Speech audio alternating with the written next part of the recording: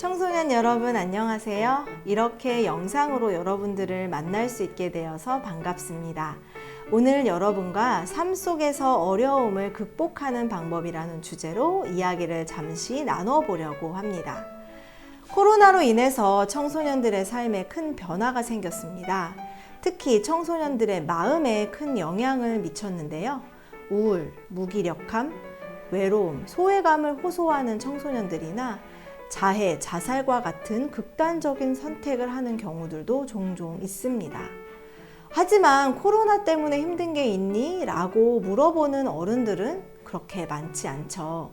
오히려 놀기만 하고 게임만 했지 뭐 특별히 한 게 있냐? 라고 하면서 질책하는 경우들도 많이 있습니다. 하지만 사회적 거리두기의 영향을 가장 많이 받은 세대가 10대일 수도 있습니다. 등교 중지로 인해서 청소년들은 학교에서 새로운 소속감을 느끼지 못하고 새로운 친구를 사귀지 못해서 불안해하는 경우들이 많습니다. 또 규칙적인 생활이 무너지다 보니 생활 리듬이 깨지고 또 공부도 제대로 한 것 같지 않아서 허탈하기도 하죠. 이러한 코로나가 없었다면 얼마나 좋았을까요? 하지만 코로나가 지나가도 또 다른 형태의 어려움들을 우리 삶에서 아마 계속 만나게 될 것입니다. 이런 어려움 앞에서 우리는 어떠한 마음을 가져야 할까요? 사람들은 대부분 어려움이나 문제가 없는 삶을 살고 싶어 합니다. 시련이나 어려움은 될 수 있으면 피하고 싶고 그러한 것들이 없는 삶이야말로 이상적인 삶이라고 생각합니다. 특히 요즘 시대는 이전 시대보다 훨씬 더 물질적으로 풍족하고 편리한 삶을 살고 있습니다. 옛날 같았으면 운동화 한 켤레를 가지고 1년 내내 신었겠지만 요즘에는 워킹화, 축구화, 조깅화, 외출용 구두 등 가짓수도 정말 많습니다. 이렇게 사람들의 기호나 형편에 맞게 맞춤식으로 흘러가다 보니까요, 우리의 마음은 점점 더 편한 쪽으로 흘러가게 됩니다. 그래서인지 과거에 비해 어려움이나 문제를 피하고 싶어 하고 조금만 어려워도 견디지 못하고 불평하는 마음이 훨씬 더 큽니다. 아프리카에 가보면요, 아스팔트 도로가 곳곳이 움푹이 패여 구멍이 난 것을 볼 수 있는데요. 도로를 포장한 다음 날, 심지어는 당일에도 구멍이 나기도 합니다.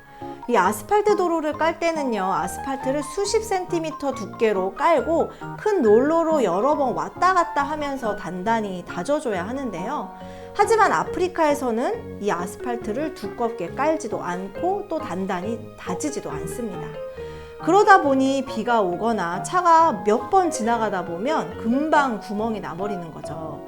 심지어 아프리카의 어떤 나라에서는 아이들이 구멍난 곳에 흙을 채워놓고는 이거 우리가 메워놨어요 라고 이야기하며 돈을 요구하기도 하는데요. 당장 하자니 이게 번거롭고 귀찮게 생각해서 벌어진 일인 거죠. 유명한 사업가들도 회사를 경영하면서 늘 좋은 일, 또 부담 없는 일만 겪는 것은 아닙니다. 사업 자금이 부족해서 문제가 생기기도 하고요. 그래서 대출을 받으러 은행에 가서 사정을 할 때도 있고 여기저기 자금을 구하러 다니면서 발을 동동 굴리기도 합니다. 직원은 부족한데 할 일은 많아 밤을 새야 할 때도 있죠. 하지만 그러한 일을 경험하면서 회사를 경영하는 법, 또 일을 계획하고 추진하는 법들을 제대로 배울 수 있는 것입니다. 하지만 부담스럽다고 어려움을 피하기만 한다면 성장하거나 발전할 수 있는 기회를 잃어버리고 10년, 20년이 지나도 전혀 변화를 경험할 수 없는 그러한 사람이 되어버리는 겁니다. 언젠가 현대그룹의 창업주이신 고 정주영 회장에 관한 이야기를 들은 적이 있는데요. 정주영 회장은 6.25 전쟁 전후로 건설업을 하면서 현대그룹을 일으켰습니다. 그가 6.25 전쟁 직후에 정부로부터 수주받은 일이 있었는데요. 그것은 바로 낙동강의 고령교 복구공사였습니다. 하지만 제대로 된 장비도 없이 인력만으로 그 다리를 복구하기란 결코 쉬운 일이 아니었습니다. 당시 낙동강의 물살이 어찌나 빨랐던지 죽어라 고생해서 교각을 세워놓아도 금방 떠내려가 버리기 일쑤였습니다.